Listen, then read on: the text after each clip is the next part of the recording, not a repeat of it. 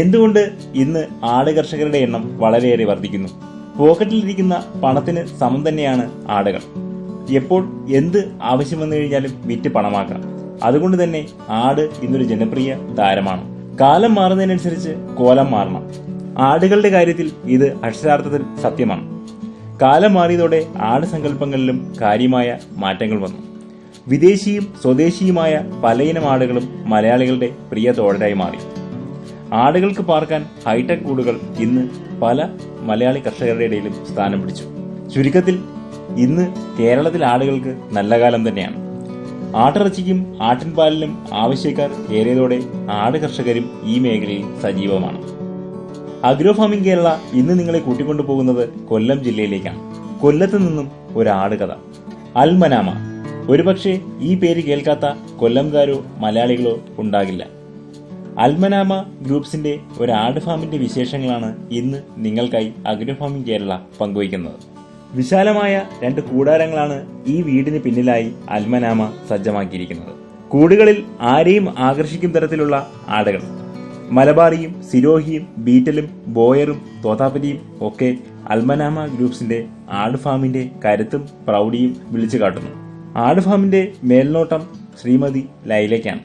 ഒരു ഗൃഹനാഥ എന്നതിലുപരി ആടുകളെ തിരഞ്ഞെടുക്കുന്നതിലും അവയെ സസൂക്ഷ്മം വീക്ഷിക്കുന്നതിലും അവരുടെ കാര്യങ്ങൾ പങ്കുവയ്ക്കുന്നതിലും അവരുടെ കാര്യങ്ങൾ ശ്രദ്ധിക്കുന്നതിലും ഒക്കെ ശ്രീമതി ലൈലയ്ക്ക് പ്രത്യേകമായ ഒരു കഴിവ് തന്നെയുണ്ട്. തങ്ങളുടെ ആട്ടിൻകൂട്ടിൽ ഏതൊക്കെ ആടുകൾ എത്തിച്ചേരണം, ഏതൊക്കെ ആടുകൾ നിലനിൽക്കണം, ഏതൊക്കെ എന്തിനൊക്കെ വേണ്ടി എന്നൊക്കെയുള്ള കാര്യങ്ങളിൽ ശ്രീമതി ലൈലയ്ക്ക് വ്യക്തമായ ഒരു ബോധമുണ്ട്. എല്ലാത്തിനും കൂടെ നിൽക്കാൻ സഹായിയായി മരുമകളും. ആട് കൃഷിയിലുള്ള തന്റെ അനുഭവ സമ്പത്തും പരിചയവും ശ്രീമതി ലൈല നിങ്ങൾ ഓരോരുത്തർക്കുമായി പങ്കുവയ്ക്കുകയാണ്. നമ്മളിപ്പോ എത്ര വർഷമായി ഒരു മേഖലയിലോട്ട്? ഒരു വർഷമാവും. എന്തായിരുന്നു ഇതിനുള്ളൊരു പ്രചോദനം? ചെറുതിലെ വീട്ടിലെ ആട്ടിനൊക്കെ വളർത്തി ശീലമുണ്ട്. അപ്പൊ ഇടയ്ക്ക് ഒരു 10 വർഷത്തിന് മുമ്പ് കുറച്ച് 5-6 ആടൊക്കെ ഉണ്ടായി. അപ്പൊ അത് എനിക്ക് കാലിന്റെ ഓപ്പറേഷൻ വന്നപ്പോഴത്തേക്ക് അതിനെല്ലാം കൊടുത്തിട്ട് പിന്നെ ഇല്ലായിരുന്നു, ആടില്ലായിരുന്നു. പിന്നെ ഇപ്പൊ വീണ്ടും തോന്നി. അതായത് ഇപ്പൊ നമുക്ക് എത്ര ആടുകളുള്ളത്? തിരുവനന്തപുരത്തുണ്ട്. തിരുവനന്തപുരത്തുണ്ട്. ഏതൊക്കെ ഇനങ്ങളാണ് നമ്മളിപ്പോ ഇവിടെ പ്രധാനമായിട്ട് ചെയ്യുന്നത്? വീട്ടിലുണ്ട് മലബാറി, കൂടുതലും മലബാറിയാണ്. നമ്മുടെ ഒരു ആടുകളുടെ ഒരു വാങ്ങൽ ഇങ്ങോട്ടൊരു ബ്രീഡുകളെ കൊണ്ടുവന്നു, അതൊക്കെ എങ്ങനെയായിരുന്നു? അത് ഞങ്ങളെ തമിഴ്നാട്ടിൽ നിന്നാണ് മേടിച്ചത്. മലബാറി ആടിനെ തമിഴ്നാട്ടിൽ നിന്ന് മേടിച്ചത്. വീട്ടിലൊക്കെ ഇവിടെ അടുത്തുനിന്ന് വാങ്ങിയത്. അപ്പൊ നമ്മളെങ്ങനെയാണ് ഇവിടുന്ന് ആടുകളെ വളർത്തിയിട്ട് കുട്ടികളെ കൊടുക്കാനുള്ളൊരു? മെയിലിനെ കൊടുക്കും, ഫീമെയിലിനെ കൊടുക്കത്തില്ല. പാരന്റ് സ്റ്റോക്ക് ആയിട്ട് കൂട്ടിക്കൊണ്ടുവരികയാണ്. മെയിലിനെ നമ്മൾ എത്ര പ്രായത്തിൽ എവിടെ കൊടുക്കുന്നത്? 6 മാസം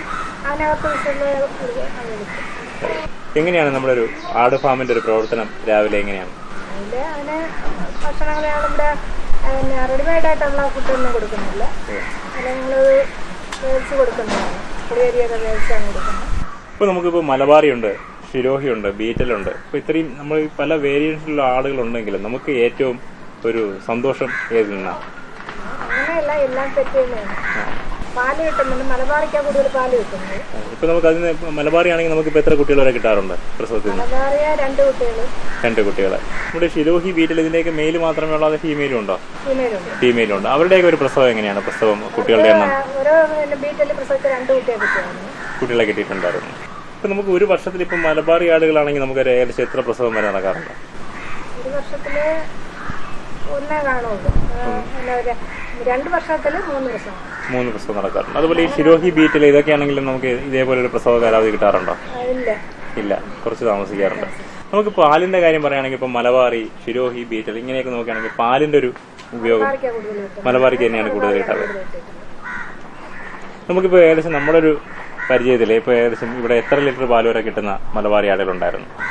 മലബാറി ആട് 1 ലിറ്ററിൽ കൂടുതൽ പാല് കിട്ടുന്ന ആടുകളുണ്ട്. ബീറ്റല് ഒരെണ്ണം 1 ലിറ്ററിൽ കൂടുതൽ കിട്ടിയായിരുന്നു.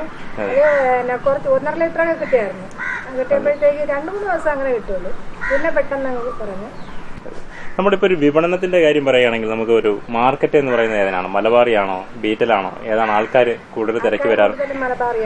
മലബാറി തന്നെയാണ് ആവശ്യക്കാർ. ഇപ്പൊ നമ്മളൊരു 6 മാസം പ്രായമാകുമ്പോൾ ഒരു മുട്ടനാടിനെ ഇവിടെ നിന്ന് കൊടുക്കാറുണ്ട്.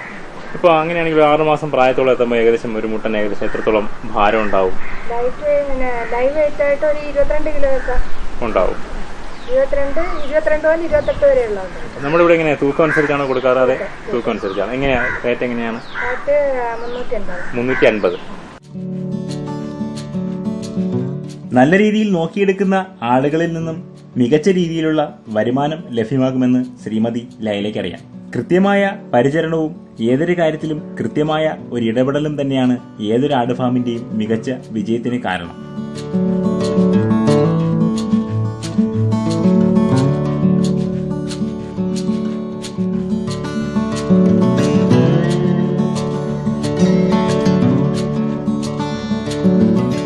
ബോയർ ആഫ്രിക്കൻ ഇനമാണ് ബോയർ ആടുകൾ. ഇരുണ്ട ഭൂഖണ്ഡത്തിന്റെ കരുത്തും കാന്തിയും ബോയർ ആടുകൾക്ക് ആവോളമുണ്ട്. ഇറച്ചിത്തൂക്കത്തിൽ തങ്ങളെ വെല്ലാൻ ഇനി പുതിയ ഒരുവൻ വരട്ടെ എന്ന് ബോയർ ആടുകൾ തെല്ല് അഹങ്കാരത്തോടെ തന്നെ വിളിച്ചു പറയുകയാണ്. വെളുത്ത മേനിയിൽ തലമുതൽ കഴുത്ത് വരെ നീളുന്ന തവിട്ട് നിറമാണ് ബോയർ ആടുകളുടെ പ്രത്യേകത.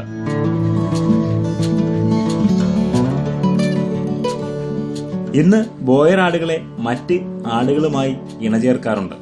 അൽമനാമ ഗോഡ് ഫാം അക്ഷരാർത്ഥത്തിൽ ഒരു പരീക്ഷണശാലയാണ്. ബോയർ മുട്ടനാടിനെ മലബാറിയും മറ്റ് പല ഇനങ്ങളിലുള്ള പെണ്ണാടുകളുമായും ഇണചേർത്ത് കരുത്തുള്ള കുട്ടികളെ ഇവിടെ ഉൽപ്പാദിപ്പിച്ചെടുക്കുന്നുണ്ട്.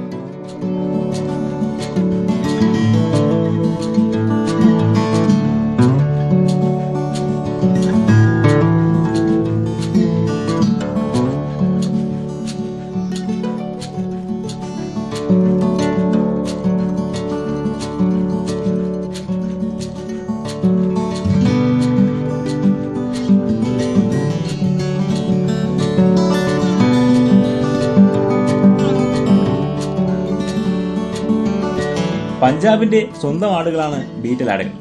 കറുപ്പിന് 7 അഴക് എന്നത് ബീറ്റൽ ആടുകൾക്ക് അക്ഷരാർത്ഥത്തിൽ ചാർത്തി കൊടുക്കാം. കാഴ്ചയിൽ ഭീമന്മാരാണെങ്കിലും കൊച്ചു കുട്ടികളുടെ പക്കൽ പോലും നല്ല അനുസരണശീലരാണ് ബീറ്റൽ ആടുകൾ. ഇന്ന് കേരളത്തിലെ ആടുവിപണിയിലെ തരംഗം ബീറ്റൽ ആടുകളാണ്. എണ്ണക്കറുപ്പും വെള്ളിക്കണ്ണും ചെവി നീളവും ഒക്കെ നോക്കി ആടുപ്രേമികൾ ഓട്ടം തന്നെയാണ്. അതിന്റേതായ തെല്ലൊരു അഹങ്കാരം ബീറ്റൽ ആടുകൾക്ക് ഇല്ല എന്ന് പറയുവാൻ കഴിയില്ല. നല്ല ഇനം ബീറ്റൽ കുട്ടികളെ ഉൽപ്പാദിപ്പിച്ച് ആട് സ്നേഹികളിലേക്ക് എത്തിക്കുക എന്നത് അൽമനാമ ഗോഡ് ഫാമിന്റെ ഏറ്റവും വലിയൊരു ലക്ഷ്യമാണ്. ബീറ്റൽ ആടുകൾക്ക് 10,000-ലേറെയാണ് സാധാരണയായി വില വരുന്നത്. വില കുറച്ച് ഏറിയാലെന്താ, തങ്ങളെ കൊണ്ടുപോകുന്ന കർഷകർക്ക് നഷ്ടമുണ്ടാകാതെ നോക്കാൻ തങ്ങൾക്കറിയാമെന്ന് ബീറ്റൽ ആടുകൾ സ്വയം വിളിച്ചു പറയുന്നു.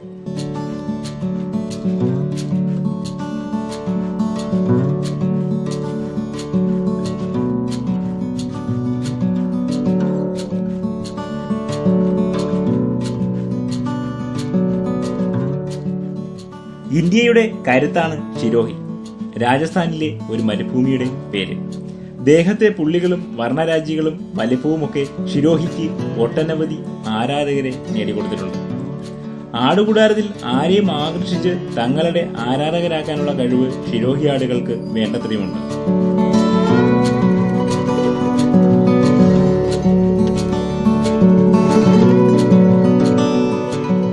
ഷിരോഹി മുട്ടനാടുകൾ മികച്ച പ്രജനന ആടുകളാണ്.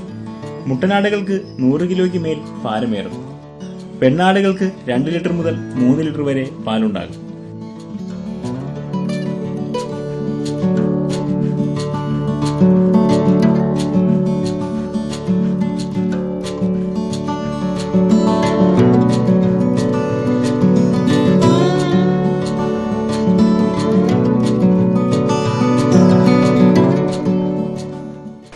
ഈ ഒരു ആട് വളർത്തലിലേക്ക് ഇറങ്ങുന്ന ഒരു സ്ത്രീക്ക് അവർക്ക് ഇപ്പോൾ ഒരു ആടിന്റെ ഒരു വിപണനം ഒരു പുരുഷൻ ചെയ്യുന്നത് പോലെയല്ല.